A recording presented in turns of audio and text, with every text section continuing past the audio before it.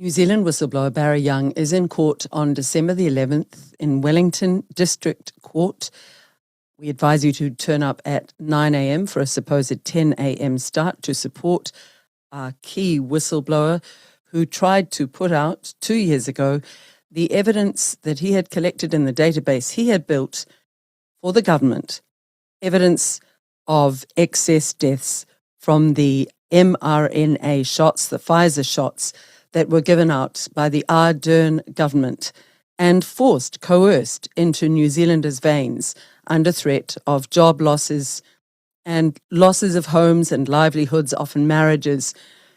People reluctantly in New Zealand took these jabs, and many, many of them have been injured and many have died prematurely. Now, the evidence of those deaths in the data became too much for Barry Young to witness as he built this pay-per-dose database himself from the ground up. It was his database, and it was recording the people's data. It does not belong to the government. However, the government and the New Zealand Ministry of Health have kept that truth, that data from the New Zealand public. And on Thursday, the 11th of December, Barry Young will be in court for it to be decided whether he amounts to a whistleblower under the whistleblower protection legislation in New Zealand. This is an absolutely crucial case. We are putting calls out around the world for all eyeballs to be on this case, for reportage to be done, and we are asking as many New Zealanders as possible to turn up physically in Wellington, if you can, to support Barry Young, to give the judge a reminder that the people of New Zealand and around the world are looking for judicial standards to be honourable in this country. Barry Young is the exemplary whistleblower. He qualifies under every category as a whistleblower, somebody who has seen evidence of criminality in the operation of our government and who was brave enough to speak up where many, many others went along with wrongdoing. We believe that once he is upheld as a whistleblower, then the ridiculous case punishing him against him on no grounds that are justifiable legally whatsoever, that case can be dropped. And from there, the data in the database built by Barry Young can be put out to New Zealand and the world. To that end, we are publishing this letter from former police frontline officer who served the New Zealand public for 19 years, and a New Zealand police whistleblower, Dan Picknell. He writes here in his cover letter, "Dear recipients of this email," and you can see that he has sent it to many, many members of the current New Zealand government, asking them to do the right thing and to support the release of this data and of the truth to New Zealanders about the effects of the mRNA Pfizer jabs on the New Zealand population. Dan Picknell writes, "Dear recipients of this email, you are all included as I have written an open letter to current New Zealand Police Commissioner Chambers. I use open letter format for transparency and because of my previous interactions with high-level New Zealand police when I was a sworn police officer and my interactions since leaving New Zealand Police. Some of the content of the letter has relevance to the Solicitor General and others in positions to do the right thing and act in accordance with the law. Others included here in this list are involved in New Zealand media and so have a duty to report in a balanced and fair way, and others are in industries with an interest in where we as a country are heading. Please take the time to read the attached open letter and the link at the bottom of the open letter to my 2023 open letter to Commissioner Costa.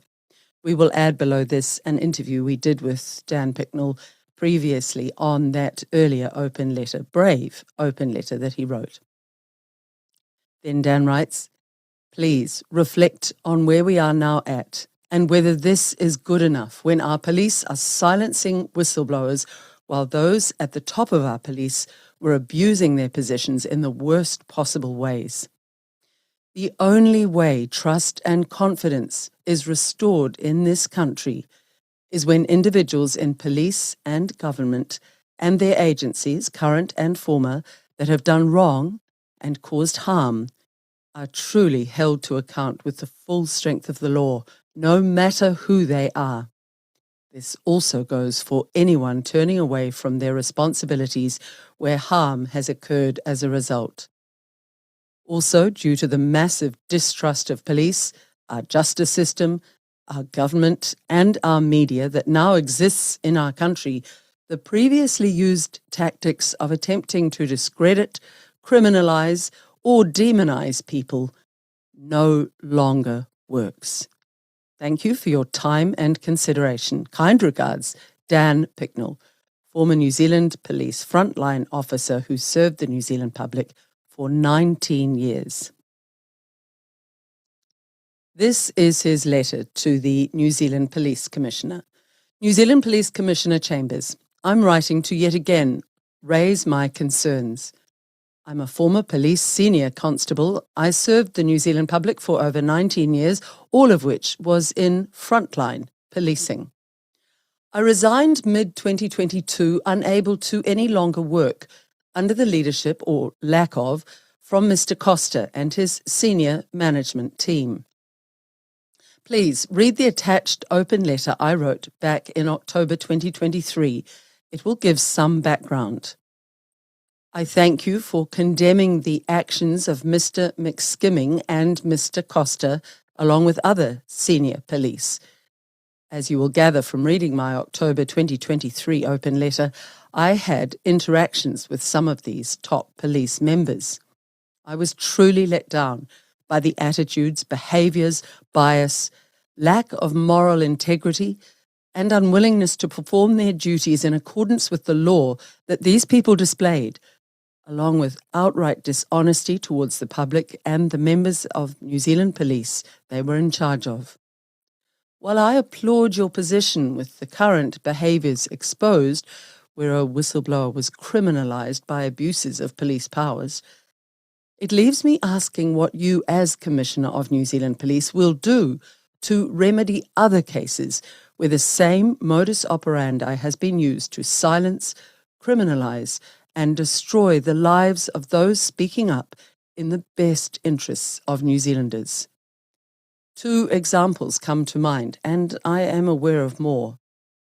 Liz Gunn was dealt with in the most disgraceful way at Auckland Airport by a thuggish police officer who threw her to the ground, causing injury to a non-violent older woman who had the audacity to ask the officer what law she was breaking. She was dealt to in this way within seconds of their interaction. Liz Gunn was arrested and charged by police without any effort made to communicate in a civil way with her. She was subsequently dragged through the judicial system in what was clearly an abuse of the judicial system by police, and continued by a district court judge that had a clear dislike for Liz Gunn and made no effort to remain impartial. It was only after High Court appeal that Justice Mary Peters declared Liz Gunn had suffered a miscarriage of justice at the District Court, and her conviction was overturned. The other charges police laid on her did not even make it all the way through the District Court. They were so ridiculous. This overreach caused physical injury, reputational damage, and great financial burden to Liz Gunn, as well as restrictions to her freedoms while the case dragged on as she had to prove her innocence, rather than police prove their case with any real evidence that any crime had been committed, while police also withheld crucial evidence that supported Liz Gunn's innocence, with reference to the memory card out of her cameraman friend Jonathan Clark's camera, which police seized. How is it even possible this embarrassing police prosecution file met the Solicitor General's prosecution guidelines? And more importantly, how did the file make it past police prosecution section's security? They're the gatekeepers. No doubt all orchestrated, because Liz Gunn was outspoken about a number of issues surrounding the at the time government and police leadership, as well as the heavily biased media reporting tactics being used. She was acting within the law in every aspect, yet was treated this way. The police constable that dealt with her clearly used disproportionate and excessive force on Liz Gunn, for which he is criminally liable. His actions were unlawful in respect of the force he applied to Liz Gunn. The second case that shows the same pattern of behaviour is that of Health New Zealand whistleblower Barry Young. Barry Young raised very real and legitimate concerns around alarming numbers of sudden deaths after people were receiving the COVID-19 gene therapy injections.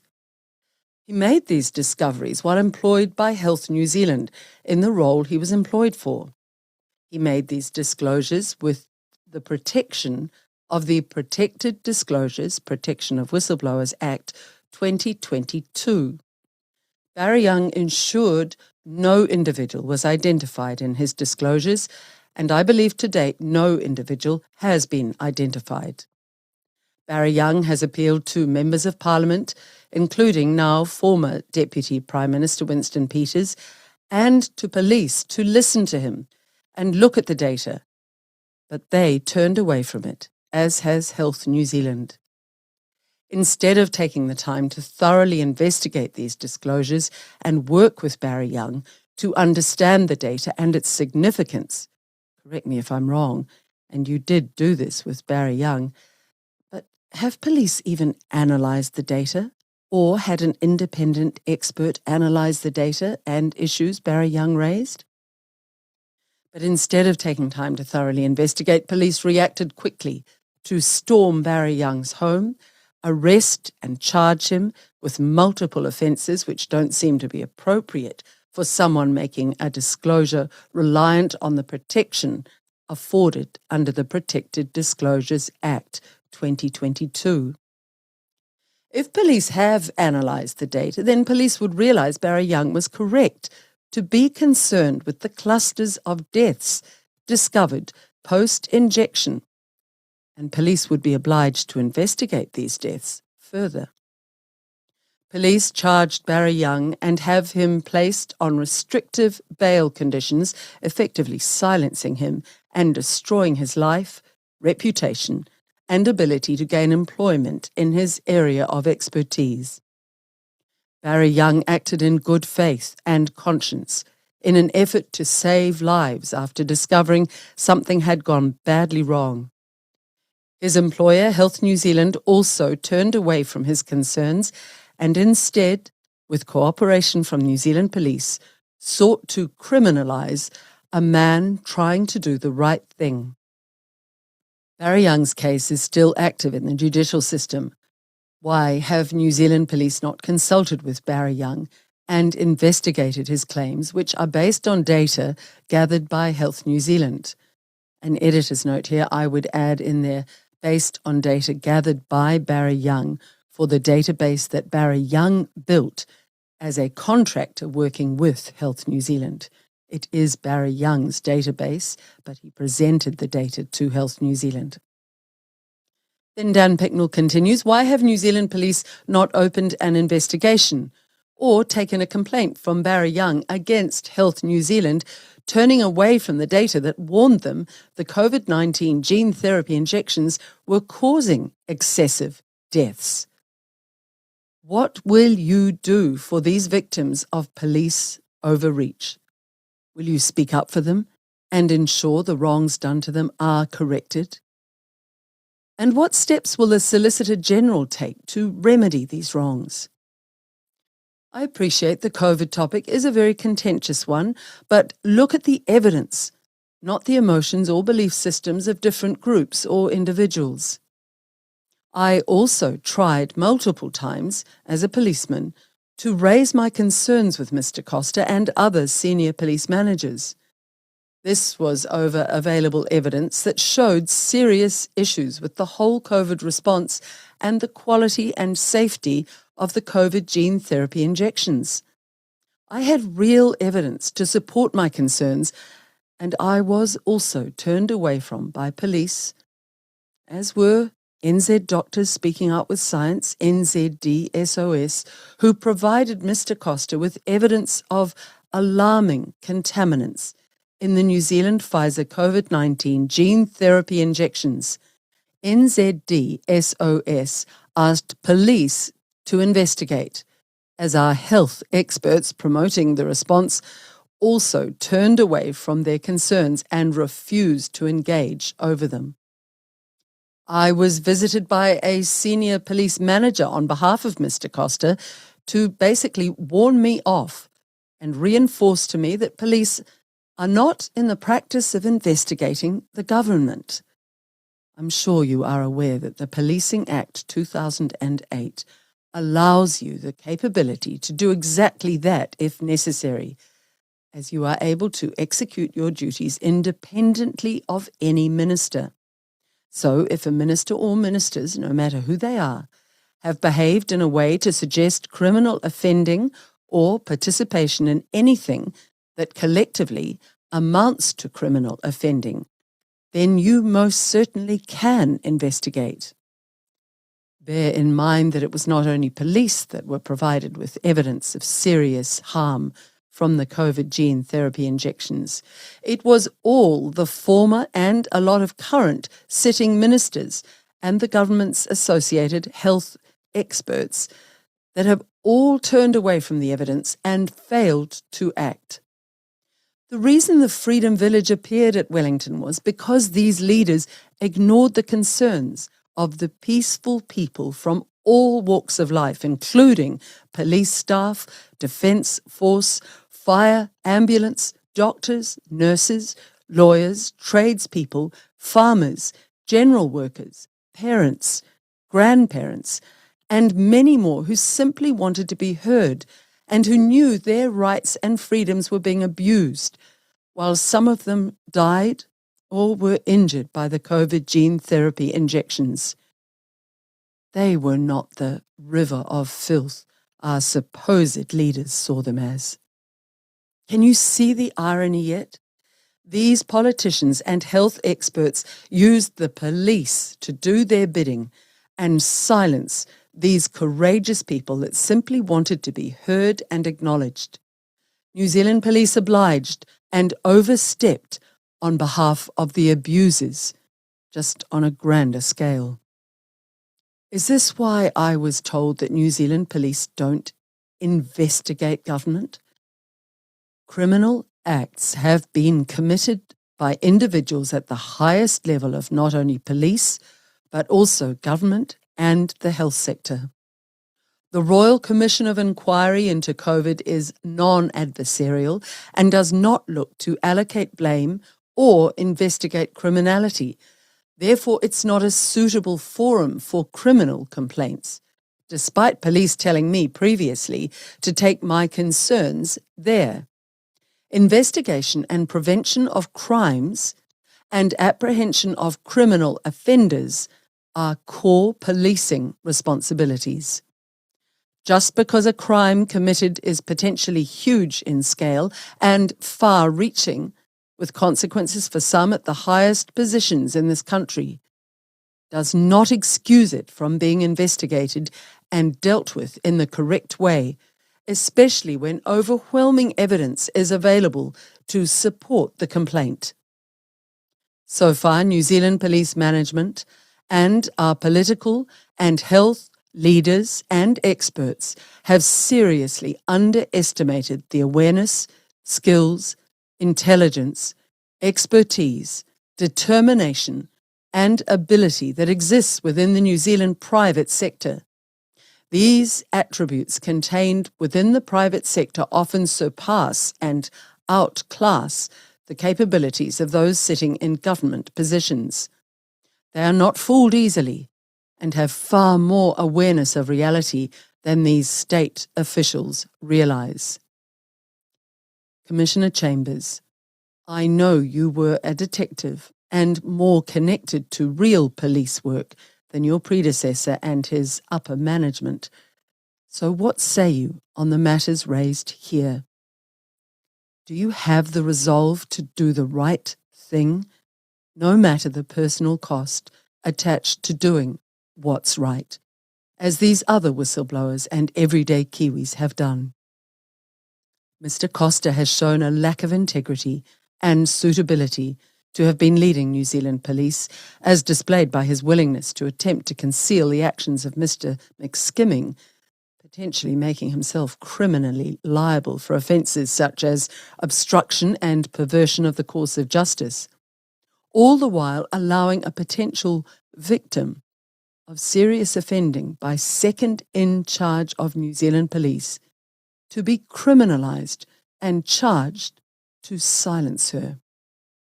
So why would Mr. Costa not have sanctioned the same treatment for Liz Gunn and Barry Young, along with probably others?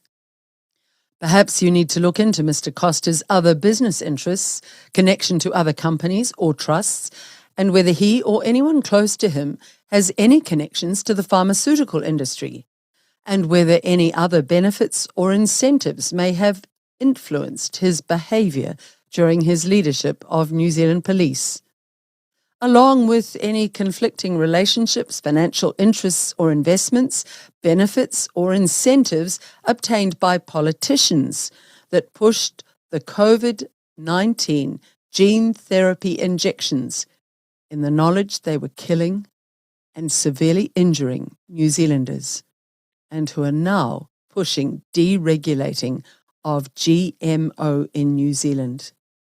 You should be considering the fact that the disastrous and dangerous COVID gene therapy injections are genetically modified organisms, GMO, and any negative attention gained by them would not suit our current members of government who are presently trying to force the deregulation of GMO in New Zealand through the Gene Technology Bill 2024, despite huge opposition from the public.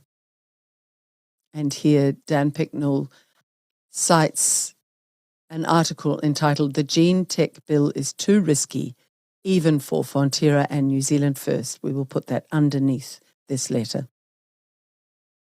Dan Picknell continues, "Is this actually why Barry Young is still being criminalised? Is there too much at stake for those invested in the COVID gene therapies and deregulation of GMO in New Zealand, which will allow for all manner of globalist corporations to let loose in this country without any real oversight? Who stands to benefit from this happening? Certainly not the New Zealand public. The only way you and New Zealand Police can regain trust and confidence is by righting all these wrongs and investigating the concerns raised by all credible whistleblowers, asking police to do their jobs ethically and lawfully instead of attacking them. All eyes are firmly focused on you, Police Commissioner Chambers. Please, choose to do what's right. And if you cannot, then please do the other right thing and stand down. I am sending this as an open letter because of my previous experiences with upper police management. But I would appreciate a response as to where you stand on the matters raised here, as would the general public. I have sent this open letter to other recipients that I expect will also have an interest in your position on the matters raised. Kind regards, Dan Picknell.